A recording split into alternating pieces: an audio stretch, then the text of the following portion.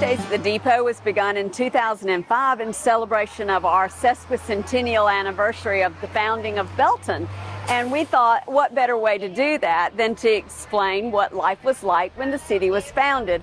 So we had 10 presenters that came that year, and they presented to the Belton schools in celebration of that anniversary.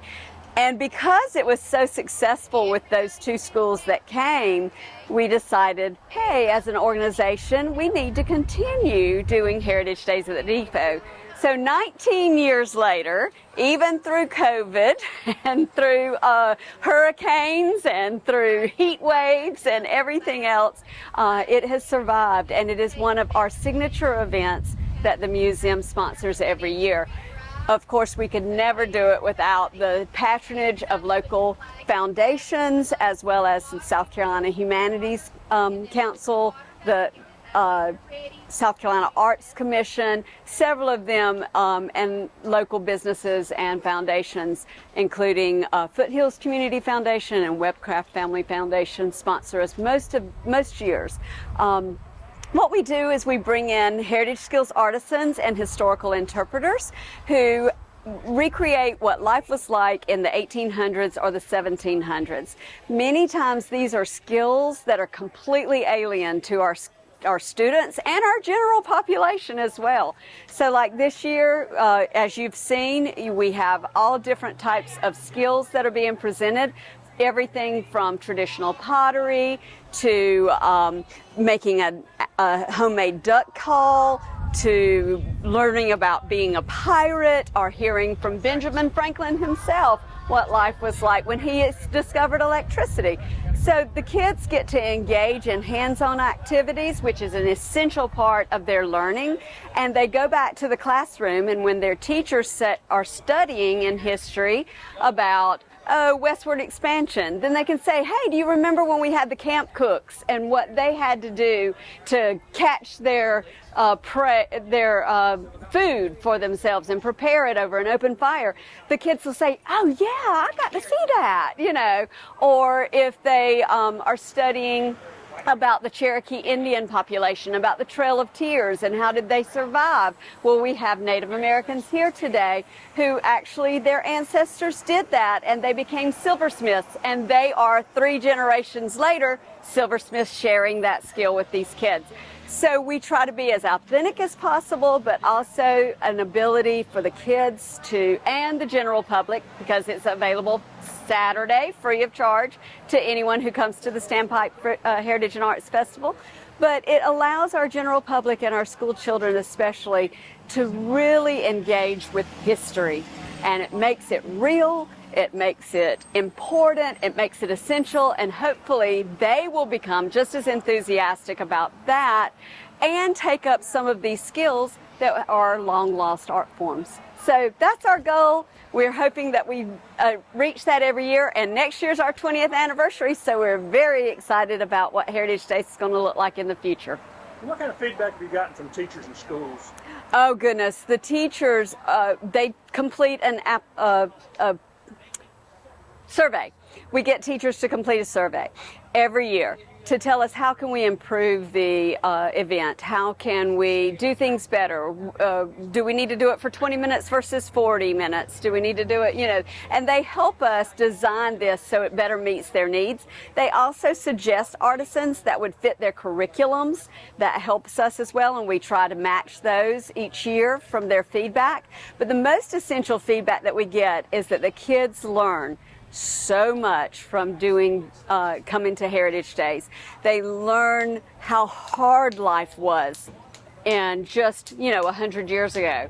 They learn skills, getting able to learn how to sew on a button that nobody's teaching anymore. They're learning that skill that is so essential to life itself. So the teachers usually have great feedback, and the kids, they are amazing with their feedback, because they'll tell us who their favorite was, they'll tell us whether they learned something, they'll tell us what they learned, and they also tell us whether they will take a craft or skill and start doing it on their own, which is that is a win for all of us.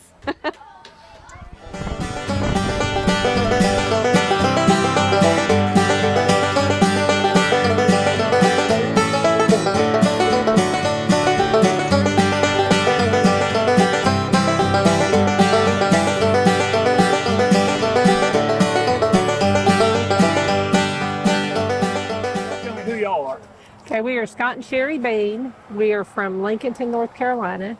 We're here today demonstrating trail cooking.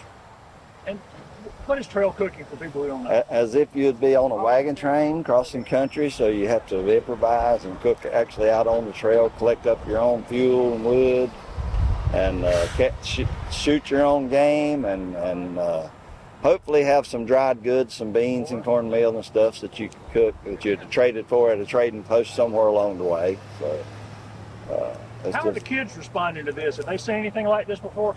Some of them have never seen it. Sure hadn't. And they're really enjoying it, I think, so far. And then we're cooking some corn fritters on the griddle over the fire and giving them samples and sweeten it with either their choice of honey or molasses. Some of them have never had molasses. They even had some that said they never had honey. So, so hopefully we'll open some eyes and inspire future outdoor cooking folks. And what else do you have cooking on the fire over here? We have a rabbit cooking on the spits. And pintos in the pots. And just later, a lot of water for heating and for cleaning later. And hopefully later on this afternoon, we're going to make a pineapple upside down cake in the Dutch oven. Yeah. So you might want to come back at lunch. Yeah. Yeah, sounds good. Yeah. Too bad you can't teach them how to clean. It's funny how we've gone from, I've been a journalist. The team can work together. We need a group around this. Hi, my name is Larry Bounds. I'm a retired teacher who goes from state to state now in retirement, performing as various characters from history, including Benjamin Franklin. And why did you choose Benjamin Franklin today? Actually, I do more than a dozen different characters, and the good folks here at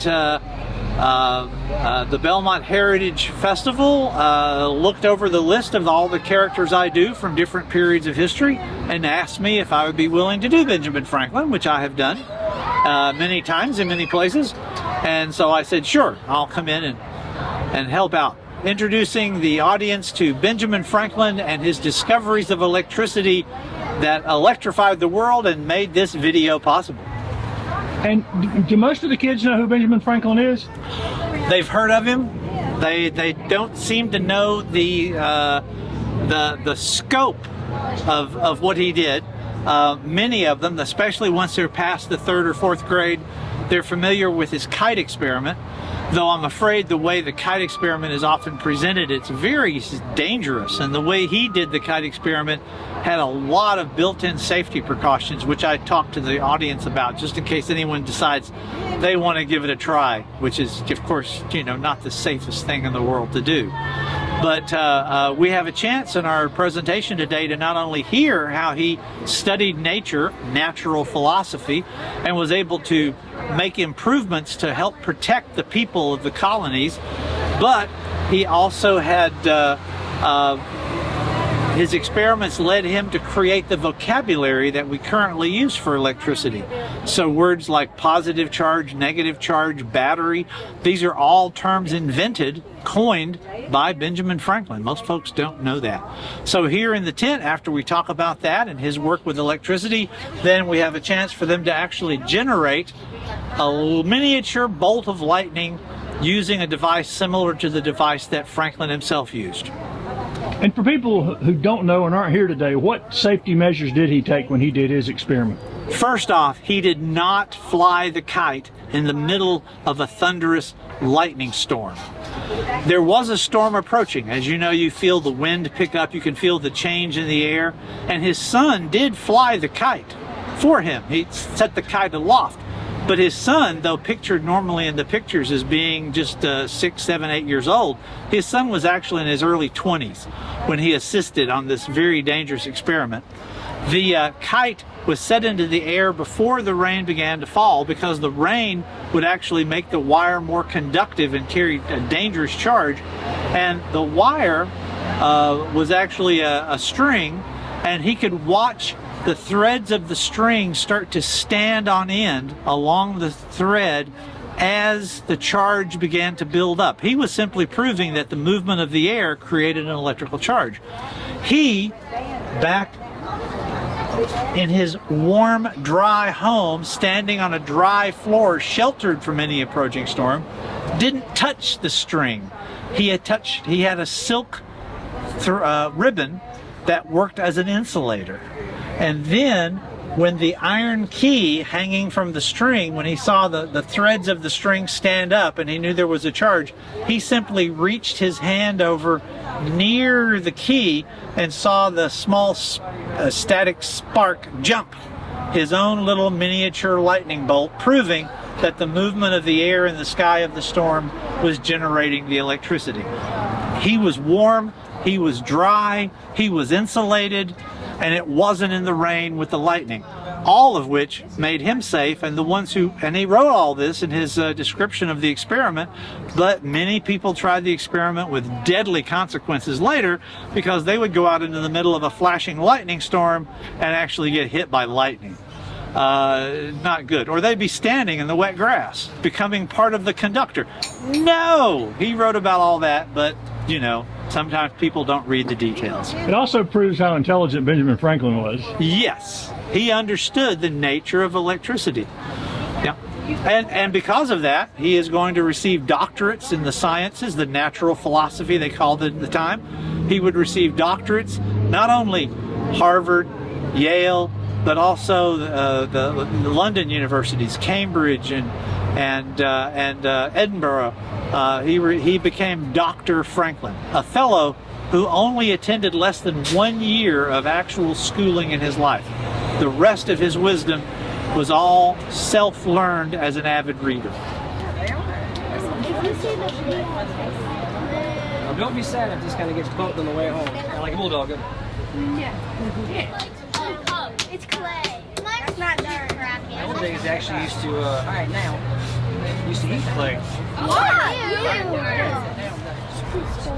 Can you only make at least I have You can make sculpture? It just looks like a bushy over here. You can, I wouldn't advise you. It's going to be like that until we get back, okay?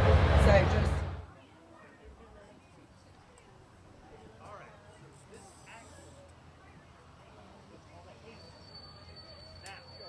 I'm Stacy Sullivan, a South Carolina stained glass artist. This is my second time at this festival. We had such a great time. It's been a couple years, but the kids are so engaging. They're really interested in what we do. It's an old world art that is kind of dying off, and so seeing new artisans interested is a reason to spend time here. The oldest piece that I have seen with my own eyes was at the Ely Stained Glass Museum in England, and it was made in 1618. I think that for me as a more contemporary artist is that, people are used to seeing ecclesiastic models of stained glass. You're used to seeing them in a church, but they don't think about that's your front doorway. It could be a grand entryway. It can be a side light. It can be a transom over a door or a window. Also, it could be a sun catcher, so bringing it out of the more church mode into contemporary home use is something that I think is a challenge, but you could see it moving in that direction. They want to know how glass is made. They want to know how to cut it. They want to break it. They want to know about the welding, they want to know about soldering and using soldering irons. It absolutely does. Having young minds, I learned this craft at a fair similar to this when I was 10 years old. So every opportunity that I get to share that love and passion with kids is another opportunity for another kid to get into the industry. Right, that's how you guys take most of your medicine today. Do you think they had pills? No? What if I told you they did? You'd be surprised, right? We think of pills as a modern form of medication. Who you are? My name is Andrew Schuler, and I am a reenactor. And tell me what you're doing here today. So today I'm talking about 18th century medicine. So we will chat about the differences between what they thought drove disease and illness and what we know drives disease and illness today. We will have kids understand some different forms of delivering medicine and get them to practice their hand at rolling pills the old-fashioned way. Is this all new to them, or is this something, do they know anything about this? Mostly no. So this is right. So it's usually most of these kids' first time being exposed to what was believed to cause disease prior to the understanding of germs. And so my goal is always to try to make it make sense to them why they thought what they thought. Because even though we know now they were wrong, if you explain the logic behind their thinking, you can see how they got there. And it's really interesting to watch kids make those connections. And how did you get interested in this? So my day job is I'm a scientist by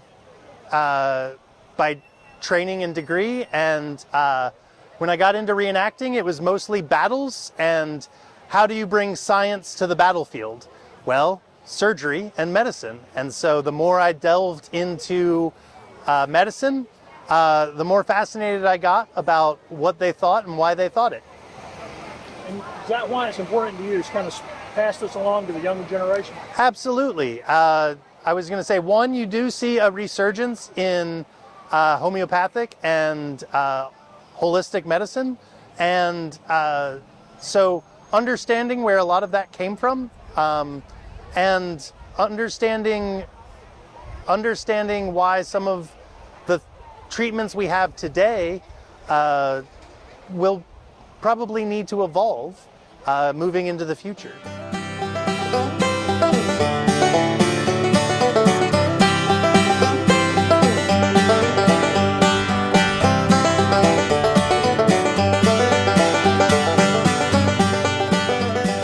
I'm Nancy Palmatier, owner of Palmatier Farms Dairy here in Belton. So we're a grade A goat dairy. So we've been in business since 2018 here. Hey, tell me what you're doing here today with the kids. What we are doing today with the kids is demonstrating cheese making. We're talking about the history of cheese, where it came from, how it was quote unquote discovered, and how we make it today versus and how we preserve it versus how it was made and preserved thousands of years ago and even hundreds of years ago. And is there any difference between the process for cheese from cows and cheese from goats? No, it's all very similar. It all is defined by the temperature of the milk, what cultures you add to it. That kind of defines what the milk will turn into, what kind of cheese it becomes. And so, the kids, what do they think of this? Have they heard of it? Most of them, have they tried goat cheese, a lot of them? I don't think so many of them have tried goat cheese. More are familiar with, cheddar cheese and American cheese and mozzarella cheese. Some have heard of blue cheese. So I don't think that they're all going to take some goat cheese back to their classroom to try today. So this might be the first time any of them have tried it. Are any of them, are they surprised at how cheese is made? Did they know anything about it? No, they really didn't know how it was made. They're not quite sure about the whole curd and the whey thing and how it all separates, and yes, it does smell different because it has cultures in it, and so it's an interesting thing for them to learn. And so they also got to practice milking a goat today too. We have a little station set up so that they can see how the milk gets to there. So it was an interesting experience for them.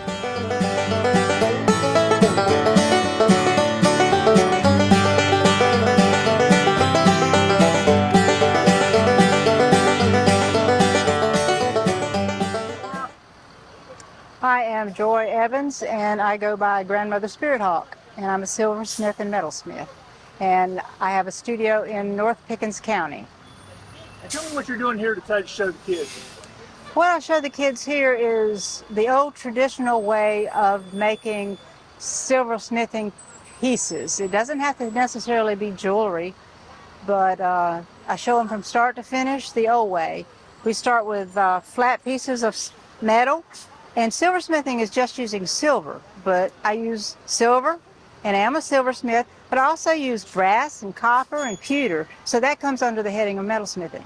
So I show them the difference in the different gauges, and we go from there to how to lay out whatever piece you want, how you design it yourself, and then prepare the metal. You cut the metal with a jeweler saw, And then you use the files and show them the different hammers that we use. So they get to play with the files and the hammers and actually see how pieces like these and this is made. And it's the exact same way I show them is how all this is made. And then at the end, I let them have a piece of metal that they can actually hammer and stamp themselves and participate and take that with them. Do you think many of them seen this before? Are they surprised at how this is done? Or? Oh, most of them have never seen the technique. And I also show them, like, this little piece over here is a warrior, and it's way far from a piece of jewelry. And it shows them that they can do other things also. But no, they've never seen it, and they're very fascinated by it. And they all want to hammer or stamp or finish the piece, yes. How did you get involved in this? Well, I had a love for Native American jewelry. And I started doing that and am self-taught. And I do classes now and teach because about, I don't know, 10 years ago, it got to where you couldn't get the things that you needed for silversmithing because the silversmithing shops where I order from out west were all closing down because there weren't enough silversmiths to keep them open. So I said, well, no, I'm gonna help with this. And I started giving classes because I don't want this tradition to die. And I tell these children that machines make things now and it's not the same at all. And we need to keep this craft going and this tradition because it's been around for BC, before, is metal smithing, because they dig ore out of the earth and hammer it into bowls and vessels, and it's been here for a long, long time, and we need to keep it here, and it could disappear easily nowadays.